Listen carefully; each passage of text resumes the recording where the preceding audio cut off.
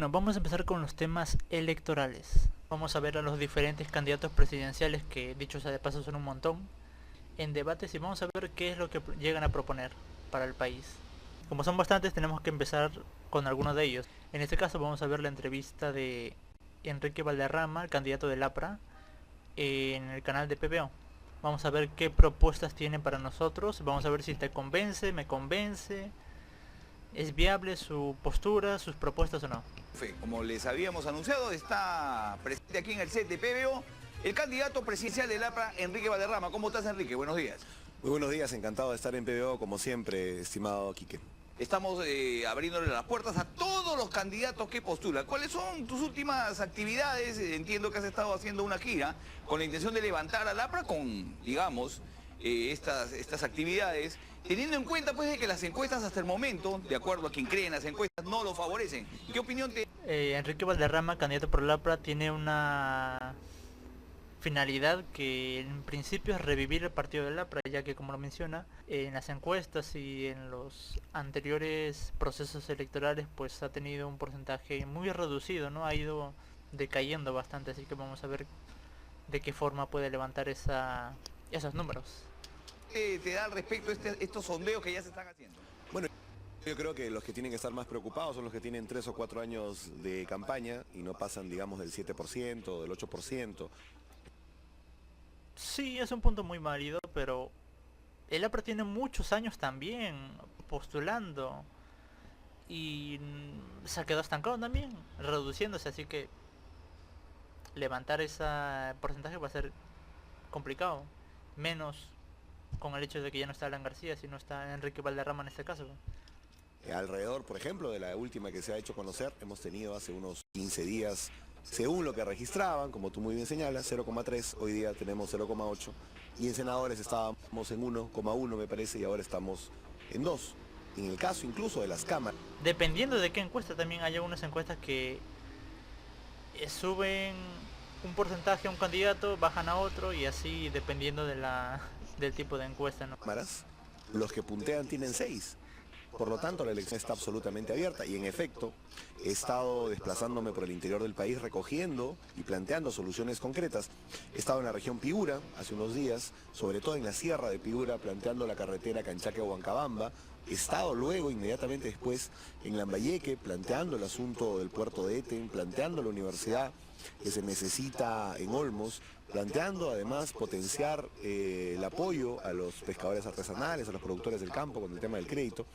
Luego estaba en Arequipa hablando del megapuerto de Corío, que va a ser fundamental en un gobierno del APRA, y lógicamente he estado hasta el día de ayer, o antes de ayer, perdón, 4 días consecutivos en la región La Libertad, donde hemos tenido, creo yo, un gran respaldo, gran afecto de la gente. Hemos hecho grandes caminatas, concentraciones muy potentes en Chepén, por ejemplo, en Julcán, casi a plaza llena, y yo estoy seguro que el APRA va a pelear o va a ganar el primer lugar en el norte del país, y estoy tratando de construir un discurso importante para la selva, para la zona sur también.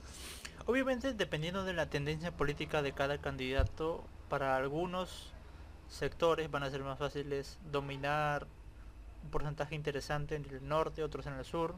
Se suele decir que el sur es un poco más de izquierda, o algunos lo llaman el sur rojo también.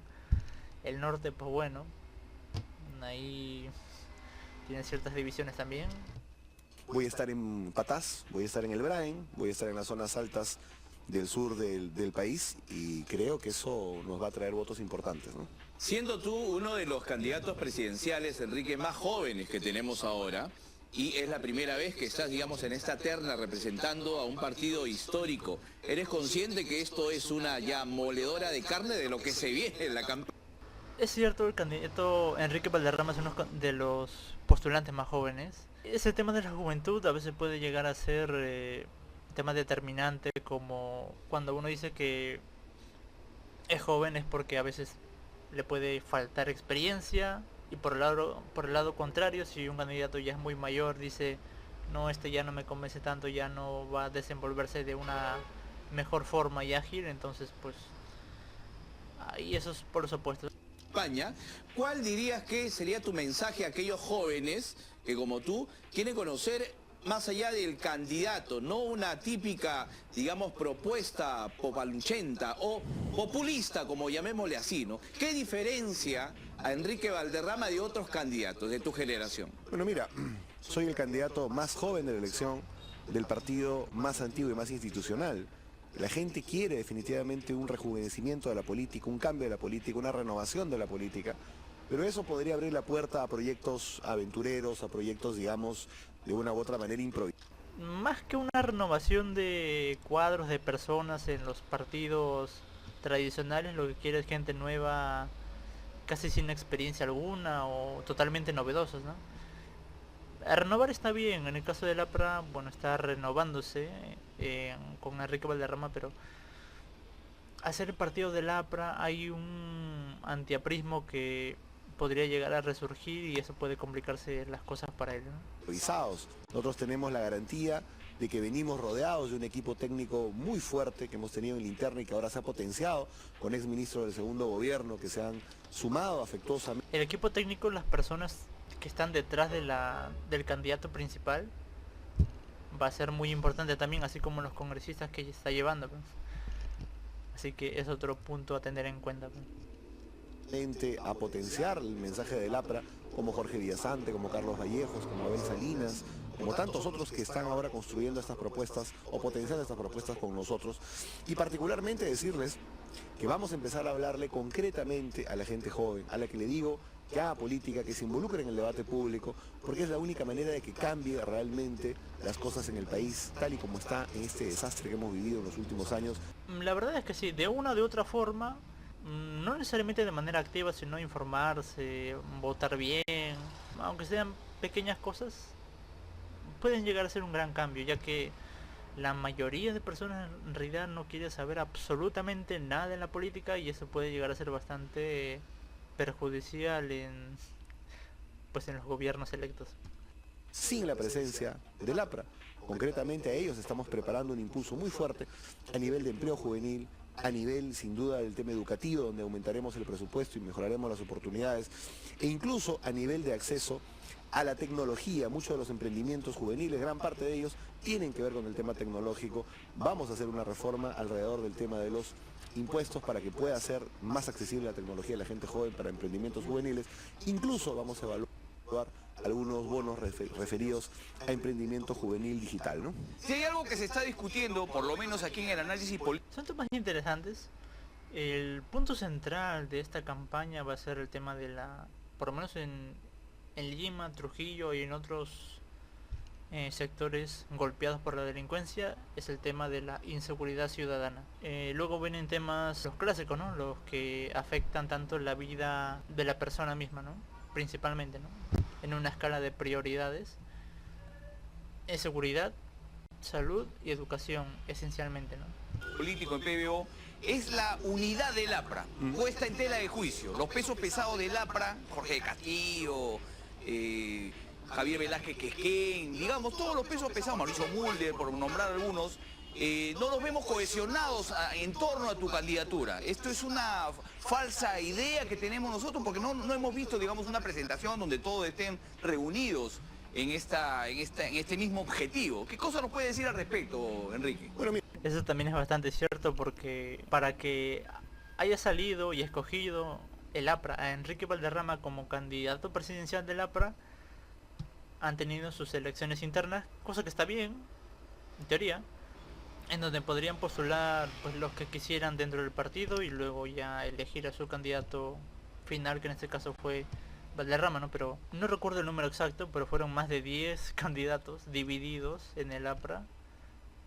Cada uno iba con su candidato presidencial. Si fueran unos 2, unos 3, bueno, puede ser medianamente discutible, debatible, pero con más de 10, 11, 12, 13, eso no es una clara muestra de una división en el APRA, o por el contrario, a lo mejor estaban buscando un reemplazo de Alan García, ¿no? Un reemplazo ya que se quede permanentemente, ¿no?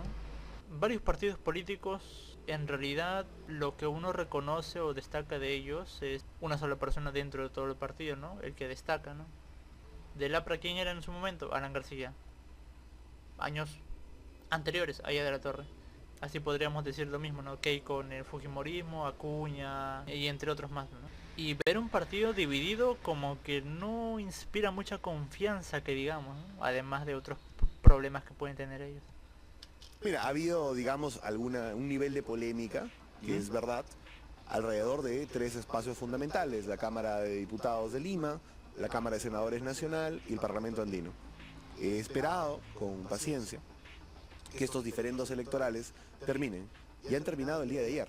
Ayer se ha admitido la lista de diputados de Lima, ya se había admitido los senadores y se había admitido el Parlamento Andino. Ya no hay ninguna controversia respecto a las listas del partido. Se ha consolidado el hecho de que todo ha sido de acuerdo al estatuto y a la norma vigente, y definitivamente a partir de ahora que tenemos ya las listas completas, hoy día mismo voy a tratar de comunicarme con todos los candidatos a diputados. ¿Vas a y senadores. convocarlos entonces? Yo creo que hay que hacer una presentación unitaria como han hecho otros partidos. Lo que pasa es que nosotros no la podíamos hacer, recuerda, porque aún no estaba admitida pues las listas. ¿Cómo podíamos hacer una presentación sin las listas admitidas? ¿Que se te podían caer? Digamos, yo en ningún momento yo dudé que eso fuera a pasar, pero algún otro analista o incluso gente del partido podría pensar que esto todavía está en revisión, seamos cautos.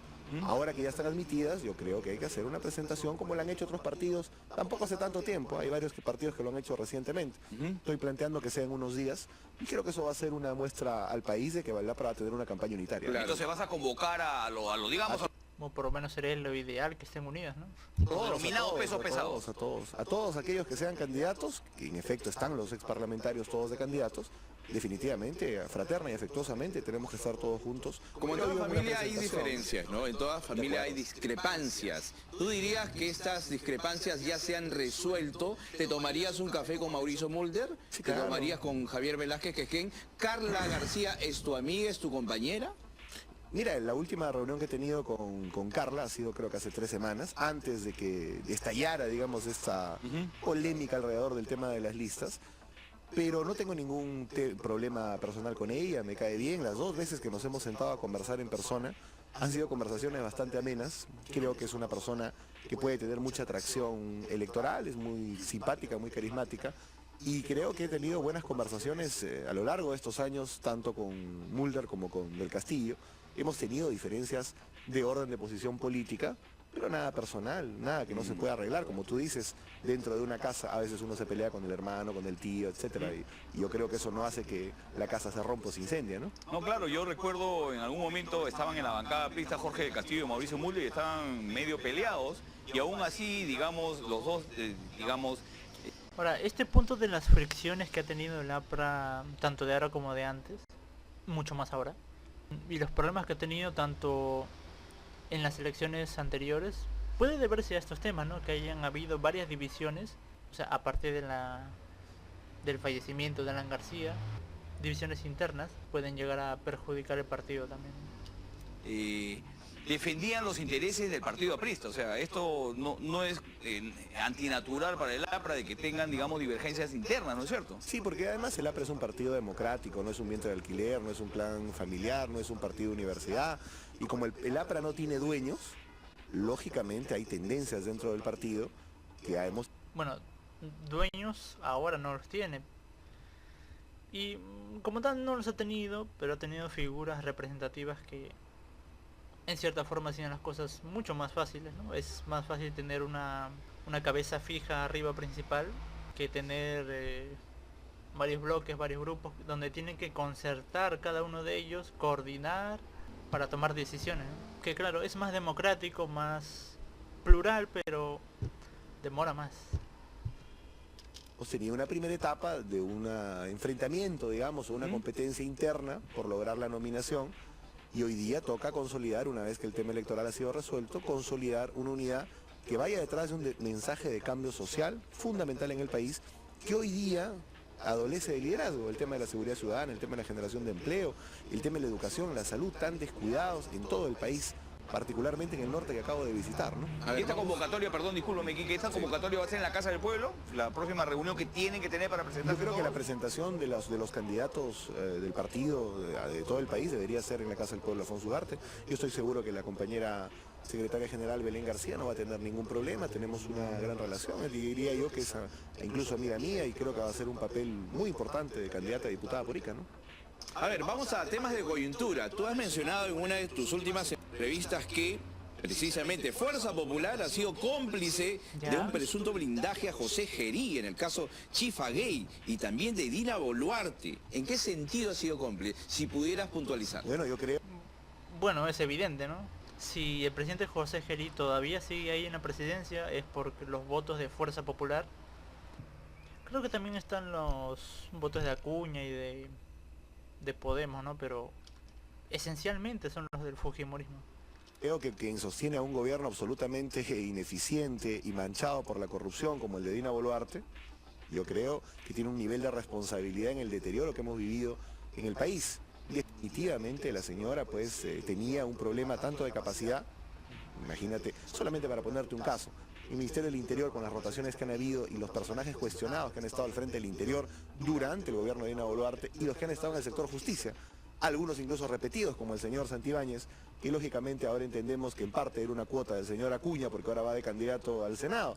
Acuña y Keiko, de una u otra manera, sobre todo Acuña, han gobernado con Boluarte. Luego, al ver que tenía pues un rechazo ciudadano muy grande, yo creo que consensualmente decidieron cambiarla y, digamos, colocar un presidente. Claro, cuando los hechos ya están consumados y ya es prácticamente inevitable la caída, en este caso de Dina, por simplemente decidieron unirse ya a la mayoría, ¿no? Y vacaron a Dina. ¿Podría llegar a pasar algo con Gerí de la misma manera? Parecía que sí, pero pues ahora no está tan claro, ¿no? Se supone que hay unos 19 videos más o menos de José Gerí entrando al Chifa y otras cosas más. No sé si el resto ya no sea relevante porque no salen o qué ha pasado ahí, no sé. Hasta el momento parece que se va a quedar ahí hasta que sean las elecciones, ¿no? Claro, obviamente con su popularidad decayendo más y más. Presidente que significó para muchos, digamos, un cambio de actitud, una persona dinámica, joven, y que cayó, digamos, muy bien a la ciudadanía, que siempre yo señalé Es que cierto. era la continuidad de Boluarte en cuanto al ejecutorio, en cuanto al hecho de no plantear reformas de fondo del país, así sea un gobierno de transición, hay algunas cosas que se pudieron hacer, que no creo que él las haya impulsado, ni haya tenido la capacidad o liderazgo para hacerlo, pero jamás en ese momento puse yo en duda de que fuera la continuidad, digamos, del tema de la falta de transparencia. Eso, digamos, no lo vimos venir, Ya. pero ahora se ha consolidado el hecho que no solamente era la continuidad alrededor del tema de la incapacidad, sino también parece de una falta de transparencia, de que finalmente tenemos, creo yo, un gestor de intereses en Palacio de Gobierno. Y Ya. creo que eso es sumamente grave. Y Acuña ha declarado de manera ambigua, pero Fuerza Popular aún peor, ha dicho que ellos no ven ningún tipo de motivación como para pensar Una en respuesta, sustitución. quiero una respuesta sin ambigüedad de tu parte. ¿A favor o en contra de una censura o vacancia a Ah, yo José Gerí? lo he declarado abiertamente. Yo creo que no podemos tener a una persona que es claramente un gestor de intereses disfrazado de presidente del Palacio de Gobierno. Y yo creo que eso tiene que ser, digamos, decidido de manera principista. Nosotros, digamos, Por eso si no queremos un Gerí que se vaya a Chifa, una Dina que se compre Rolex, que se vaya de viaje constantemente, que no haga nada, que Gerí haga puro show, que Castillo con su sombrero, ¿no? Entonces pues, ¿cuál es la solución que tenemos en nuestras manos? Pues elegir bien. Básicamente es eso, ¿no? Solo podemos hacerlo cada 5 años, así que pensemos bien, analicemos bien, investiguemos bien, intentemos involucrarnos un poco más en este tema político, aunque sea solo un poco, ¿no? Para ver si tomamos un camino que nos lleve de una buena manera a un presidente que nos conduzca al bien del país. reaccionamos con mucha energía cuando conocimos que un presidente de la República tenía reuniones nocturnas no registradas fuera del Palacio de Gobierno y se colocaba una gorra cuando usualmente utilizaba un sombrero a modo de show. Y ahora, cuando vemos un presidente encapuchado, con lentes oscuros, teniendo reuniones a medianoche, cuando gente entra a Palacio de Gobierno que debería tener arresto domiciliario, yo creo que no podemos reaccionar de manera distinta. Creo que hay que actuar coherentemente. El Jurado Nacional de Elecciones ha anunciado que van a realizarse de todas maneras los debates. Siendo tantos candidatos, esto puede significar pues una ventaja para los que digamos tienen una retórica bastante estructurada, que es tu caso. No, por ejemplo, el caso de Acuña. Eso es verdad. En los debates, entrevistas y demás, básicamente demuestran su capacidad y destacarían más los que saben hablar bien, tienen su tema de oratoria bien construido. Ahí pueden subir unos pocos puntos, bueno, dependiendo, ¿no? Y por otro lado, los que no saben tanto, pues quizá disminuir un poco más. No es un tema decisivo, pero bueno, al menos es influyente. ¿Tú qué opinas con respecto a lo que podría ser y cómo debería de ser el debate? Y en todo caso, ¿con quién te gustaría, digamos, enfrentarte en un debate? Bueno, yo en el tema del norte estuve pasando por varias ciudades y distritos del norte del país, particularmente de La Libertad, y en Cartavio justamente, o en Casa Grande, perdón, planteé que habría que hacer en el norte del país, en la Plaza de Armas de Trujillo, un debate con el señor César Acuña. ¿Tú convocas a César Acuña para un debate en Trujillo? Sí, en la Plaza de Armas de Trujillo. El señor... A ver, ese debate no sé si se va a llegar a dar o es simplemente unos comentarios así más o menos al aire. Cosa que Enrique Valderrama no creo que tenga ningún problema en debatir con Acuña, ya que él mismo lo solicitó, pero la cuestión es Acuña, ¿no? A lo mejor Acuña puede tener la intención de ir a debatir, hablar, conversar, no sé. Pero lo más seguro es que sus asesores le digan que no, que mejor no lo haga. Y ya sabemos por qué le dirían eso. Ha sido cómplice, primero, de toda la inseguridad a nivel nacional, pero particularmente responsable del abandono que vive La Libertad en cuanto a obras, en cuanto a salud pública, pero fundamentalmente en cuanto a seguridad ciudadana. La Libertad es un caos alrededor de este tema. Tienes el asunto de Patás activo, tienes las extorsiones, y el señor se va 100 días a visitar sus mansiones en España o se va a hacer negocios en Emiratos Árabes abandonando la región. Yo creo que eso necesariamente requiere de un señalamiento. Hay obras abandonadas, la carretera Trujillo-Huanchaco, por ejemplo. Desalojaron una dependencia en Chapimochi supuestamente para hacer un hospital que está también abandonado. Ineficiencia, corrupción, falta de transparencia. Una persona gana millones en adjudicación de obras sin ningún tipo de experiencia, creo que con 22 años. Me parece que hay cosas muy, muy oscuras en el norte del país. Lo planteé eso para el norte. En general, creo que tenemos que hacer un debate sobre propuestas concretas. Yo estoy planteando, por ejemplo, en La Libertad, la posibilidad de hacer un metro en la ciudad de Trujillo. Pero en general, como a tu pregunta, creo que sería interesante que el sistema que se adopte alrededor del Jurado Nacional de Elecciones, el tema del debate, sea lo más amplio posible, atendiendo que son pues 36 candidatos presidenciales. Imagínate. Es muy complejo. 36. Yo creo que tendrán que ser pues unas 4 fechas, más o menos. Como eliminatorias de Mundial. O Casi hacemos, como fase de grupos de Libertadores. o hacemos una eliminatoria. Claro, No sé, por eso 36 es lo que va a haber en el Mundial, creo, me parece. Claro. Está Sí, complicado sí, el sí, asunto. es- Entonces, estás pidiéndole un debate muy al margen de lo Yo que ya Jurado lo- Nacional de Elecciones a César Acuña. Yo ya lo planteé, pero seguramente el señor no va a aceptar. Tendrá miedo que le pregunte cuánto es 7 por 8, ¿no? Claro. Lo más probable. ¿Tú sabes cuánto es 7 por 8? 56. Ya. 56. Yo no sé. Una consulta, tu propuesta puntual y concreta sobre la inseguridad. ¿Qué planteas? Creo que el tema no se tiene que ver de manera aislada. Algunos plantean que no vayan 2 personas en una misma moto lineal, etcétera. Avellanas, cosas aisladas. Tienen que ser 5 cosas a la vez. La primera tiene que ser, definitivamente, dentro de esto que hemos llamado shock de seguridad ciudadana, una reforma de la Policía Nacional. La segunda, una reforma del sistema penitenciario. La tercera, un cambio de enfoque en el control de las fronteras. La cuarta, sin duda, el liderazgo del presidente de la República y del Consejo de Ministros alrededor del tema de la seguridad ciudadana. Yo creo que en principio a la policía hay que incrementar de 130.000 a 250.000 efectivos, crear un grupo especial de inteligencia con lo mejor que tiene la policía para la búsqueda y captura de los cabecillas de las bandas transnacionales, incrementar en más 150% el presupuesto para seguridad ciudadana, construir de 12 a 24 penales en el país, mientras reformamos profundamente el INPE, A la vez hay que hacer nueva infraestructura penitenciaria. Creo que esta nueva infraestructura penitenciaria en esta primera etapa tiene que tener administración privada. Hay que descansar más en las Fuerzas Armadas el control de las fronteras. Por lo tanto, propongo que el reclutamiento se incremente para pasar de 30.000 soldados a 60.000. ¿Eso lo podemos hacer? Si ya formas parte de las personas que disfrutan de trabajar en remoto con flexibilidad, generando ingresos en todo... Elevando la propina que hoy día perciben, que me parece un asunto indigno, que solamente un soldado que defiende la patria gane 256 soles. Creo que hay que elevarlo al sueldo mínimo. A Colombia creo que acaba de hacer que sus soldados ahora ganen $350 al mes. Yo creo que eso es algo que hay que debatir sin duda. Y además, dureza alrededor de aquellos funcionarios, servidores públicos, que tienen que defender al pueblo pero lo traicionan. Por eso estoy planteando que todo aquel juez, policía, fiscal o militar que se coluda con las bandas criminales tenga que merecer cadena perpetua. Y para eso no necesitamos alentar el debate estéril de salirnos a la Corte Interamericana de Derechos Humanos, que tardaría muchos años y evidentemente no se solucionaría nada inmediatamente. La cadena perpetua es más viable, pero sí, está vigente. No sé si está vigente actualmente en el Perú o en ciertos puntos nomás de ciertos actos criminales validado eso, no sé. Con los temas, sabes que estás en el foco del público, del elector, en cuanto a los temas personales. ¿A qué se ha dedicado en los últimos tiempos Enrique Valderrama? Bueno, Punto muy importante.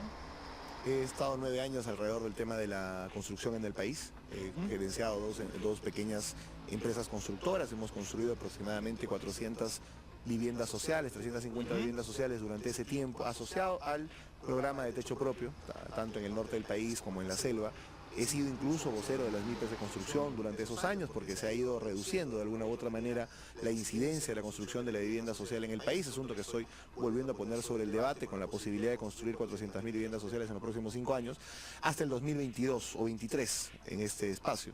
Y en adelante me he dedicado ya al asunto jurídico trabajando en un estudio de abogados, ¿no? ¿Eres casado? Soy casado desde el 11 de julio, después de una... ¿Recién te has casado? Sí, sí. ¿Has estrenado? Sí, pero bastante bien, bastante feliz con el, Sin hijos con aún. el matrimonio.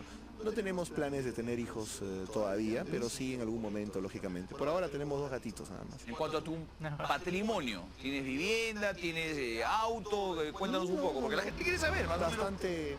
Bastante exiguo, modesto, clase mediero, todavía no. Todavía no tengo, digamos, un patrimonio inmobiliario, ¿no? Si la gente quisiera conocer un poco tu pensamiento, a ver, ¿tú qué rescatas de Haya de la Torre, de Víctor Raúl Haya de la Torre, y qué tiene Enrique Valderrama de Alan García? Bueno, yo creo que es una continuidad. ¿Qué rescatas? Absolutamente. Creo primero que el pensamiento de la Torre está vigente. Creo que la actitud imperial de las potencias hoy día está vigente. Lo ves en el estrecho de Taiwán, lo ves en el extremo de Europa con el tema de Rusia y Ucrania, lo ves en el renovado ímpetu del señor Donald Trump por los temas en América Latina, el Canal de Panamá, o también en la compra de Groenlandia, la elección de Canadá declarada, el Golfo de América en vez del Golfo de México. Está el asunto bastante, digamos, vigente. Para responder a ese reto sigue vigente también la integración continental, sigue vigente la solidaridad con clases y pueblos oprimidos del mundo. Por lo tanto, el pensamiento ya de la Torre hoy día de justicia social y democracia está vigente. Creo que la ejecución del segundo gobierno del presidente Alan García respondió también a esos retos, quizás desde el punto de vista de la Siempre suelen hablar de cuando van a mencionar los logros de la APRA y demás. Mencionan segundo gobierno de Alan y el legado de Haya de la Torre. Pero no van a mencionar el tema del primer gobierno de Alan García, ¿no? Como algo destacable porque vaya, fue una desgracia, ¿no? Si bien es cierto, Alan García fue un candidato joven, ¿qué pasó con la gente que estaba detrás de él, apoyándolo, sus medidas económicas y demás? ¿Cómo pudieron dar pie a lo que decía Alan García y sus decisiones y dejarlo, pues, que su gobierno sea una desgracia en su primer gobierno? ¿Ha fallado ahí? Yo diría que sí. A pesar de que se ha reivindicado después, pero es un tema a tener en cuenta, la verdad. Ahorita Valderrama, candidato joven también es, no tan joven quizá como Alan García, o por lo menos es lo que tengo entendido. Debemos tener cuidado con lo que pueda pasar también, ¿no? comunicación sobre estos logros y este Una enfoque. reivindicación, básicamente, ¿no? Al primer Absolutamente, gobierno, ¿no? absolutamente. Bueno, El primer gobierno tuvieron circunstancias muy complicadas, muy difíciles. Porque la gente recuerda mucho el primer gobierno, así haya sido muy bueno el segundo, Quique, y el APRA carga con eso hace muchísimo tiempo. Sí, de acuerdo, pero creo que corregimos los errores que pudimos haber tenido en el primer gobierno, en el segundo gobierno, pero además se olvida mucho las circunstancias con las que recibimos el país. Ya hay inflación, hay un fenómeno terrorista no diagnosticado que nosotros diagnosticamos, nosotros creamos el GEIN que permitió la captura de Guzmán, nosotros empoderamos a las rondas campesinas entregándoles fusiles para que respondan al INCENIA. Pero eres consciente del antiaprismo. El antiaprismo siempre existió en el Perú y siempre existirá. Okay. Hay una parte... Ahora, yo particularmente no me considero un antiaprista a pesar de todo ello. Sé que hay un antiaprismo, sé que existe. Tampoco me considero un fanático aprista tampoco. Yo lo veo la APRA como un candidato más, un partido más, que ha venido en declive. Intenta repuntar ahora. Vamos a ver si lo consigue, no lo sé. Yo lo calificaría como algo promedio, más o menos por ahí, oscilando entre un poco cosas buenas, un poco cosas malas, por ahí. Lamentablemente, hermanos peruanos que no entienden de una u otra manera nuestra vocación auténtica de servir al pueblo, están en su derecho de pensar así, pero estoy seguro que eso en estos últimos años, que soy sincero, he visto que ha disminuido bastante. Creo que hoy día hay un rechazo ciudadano mayor a otras expresiones de la política, que son expresiones más mercantiles, como la del señor Acuña, por ejemplo. Lo veo más fuerte eso en el norte que un antiaprismo. Ahora, en el segundo... Pues de eso no estoy tan seguro. Los antis más potentes que ha tenido el Perú, y puede que todavía estén, bueno, uno de ellos sí es más que claro, el antifujimorismo y el antiaprismo. Básicamente eso se suele escuchar, ¿no? De las personas, de algunos medios también. ¿Pero por qué? Bueno, sustentar eso, algunas personas solo repiten y no lo llegan a sustentar. Pero puede ser un tema interesante a evaluar también. Gobierno, creo que respondimos de acuerdo al pensamiento de allá de la Torre, conectamos al Perú con el mundo. Nosotros recibimos, mira, un TLC casi consolidado, firmado casi consolidado con Estados Unidos, no sé si recordarás. Alan lo consolidó, pero no se quedó ahí. Hizo 17 más, conectó al Perú más con el mundo, con Europa, con China, etc. Hicimos un esfuerzo de integración por etapas, como fue la Alianza del Pacífico. Y evidentemente construimos 10.000 kilómetros de carreteras, 40 hospitales, redujimos la pobreza, redujimos la anemia, redujimos el analfabetismo. Esas cosas que a veces dicen, o mejor dicho, algunos dicen que el segundo gobierno fue de derecha, o que gobernó para los ricos. ¿Quiénes salieron de la pobreza? Fueron los pobres, no los ricos. Los hospitales, ¿para quiénes fueron? Para los pobres, no para los ¿Tuviste ricos. alguna relación con Aya La Torre? Evidentemente no, por un tema de edad. Yo tampoco soy tan fanático de decir eso de que si mi candidato es de derecha voy a por él, si es de izquierda voy a por él, si es de centro ahí está mi voto, centro izquierda, centro derecha, arriba, abajo, no sé. Uno tiene que ir más allá de ello, pienso yo. No debemos encasillarnos solamente en ese punto, ¿no? Porque también las medidas que un candidato de cierta tendencia puede tomar algunas cosas del otro lado. Por eso es que hay que analizar punto por punto, candidato por candidato, para ver en qué se diferencian, ya que si bien es cierto también tenemos 36 candidatos, pero dice que la mayoría son de derecha y otros grupos son de izquierda, o por ahí algunos de centro, pero cada uno tiene sus propias diferencias. No podemos encasillarlos, toda la derecha es igual, toda la izquierda es igual, todo el centro es igual. Hay diferencias y por eso es que hay esta diversidad en cierta parte, ¿no? Porque también está un lado medio frívolo, ¿no? ¿Pero con Alan García? En los últimos 8 o 9 años del presidente Alan García trabajamos estrechamente, ¿no? Definitivamente. Estrechamente. Sí, claro, por supuesto. ¿Se podría decir que eres un pupilo de Alan García? Yo creo que mi generación tuvo la inmensa fortuna de frecuentar primero los 3 últimos años de su vida a Armando Villanueva y los últimos años de su vida también al presidente Alan García. Dentro de eso hay gente generacional mía que hoy día es candidata incluso a la Cámara de Diputados, como Evelyn Orcón, como Úrsula Silva, como varias otras expresiones. ¿Que han estado por acá en Perú también? Sí, gente bastante calificada, quería un papel extraordinario en el Parlamento de la República respecto a lo que tenemos hoy día, ¿no? Con una diferencia de calidad muy amplia. Muy bien, Enrique, tienes como a todos los candidatos aquí 20 segundos máximo para dirigirte a tus posibles votantes. Bueno, un saludo a todo el pueblo peruano. Les digo que reflexionen si en estos últimos tiempos, cuando les prometieron un Perú mejor sin el APRA, realmente las cosas han mejorado. miren de nuevo al partido de Aya de la Torre, apuesten por un cambio generacional, pero respaldado por una institución con 100 años de atrás, que no va a tener vínculos con economías ilegales, ni va a entrar a gestionar intereses. El APRA, levantando la bandera moral de la Torre, está de vuelta, marquen las 5 estrellas. Listo, gracias Enrique Valderrama, candidato presidencial de la... Esas últimas palabras también son ciertas, ¿no? O sea, se decía que ya no vamos a votar por el APRA y a tal cosa. No es que ya no está el APRA y mejoraron las cosas en el país. Y lo mismo pasaría si es que el fujimorismo ya no está, ya cambiarían las cosas automáticamente. No es así.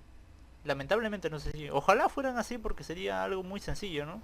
Simplemente se trataría de quitar el aprismo, se soluciona el país, quitar el fujimorismo y el país se realza. No, lamentablemente no es así. No es tan sencillo como parece. Pero seguramente te tendremos en alguna otra oportunidad porque la campaña recién está calentando. Así que te agradecemos la presencia y haber venido temprano, porque suele suceder que a algunos candidatos no les gusta venir temprano. Quieren gobernar pero no se quieren levantar temprano y cancelan las entrevistas. Y otros que prefieren reunirse con empresarios a que la población los conozca, ¿no? Es increíble. Te agradecemos, Enrique, por la presencia. Gracias. Listo, gracias. Enrique Valderrama, candidato del APRA, estuvo aquí en PBO Noticias. Bien, nos fueron más o menos unos 20 minutos. No sé si en este bloque de más o menos 20 minutos les ha parecido interesante lo que ha dicho el candidato por la APRA, Enrique Valderrama. No sé si ya les convenció, van a votar por él o ya lo descartaron completamente. Van a esperar el debate, pueden dejar sus opiniones en los comentarios. Y próximamente vamos a estar viendo otros candidatos, nos faltan 35. Vamos a ver si podemos llegar a lograr hacer por lo menos una reacción, un debate, un video solamente de cada uno por lo menos. Y ya después, como mínimo, veremos a los demás, ¿no? Vamos a dejarlo por aquí en estos momentos y ya volveremos con otro candidato más, posiblemente, hasta el día de las elecciones.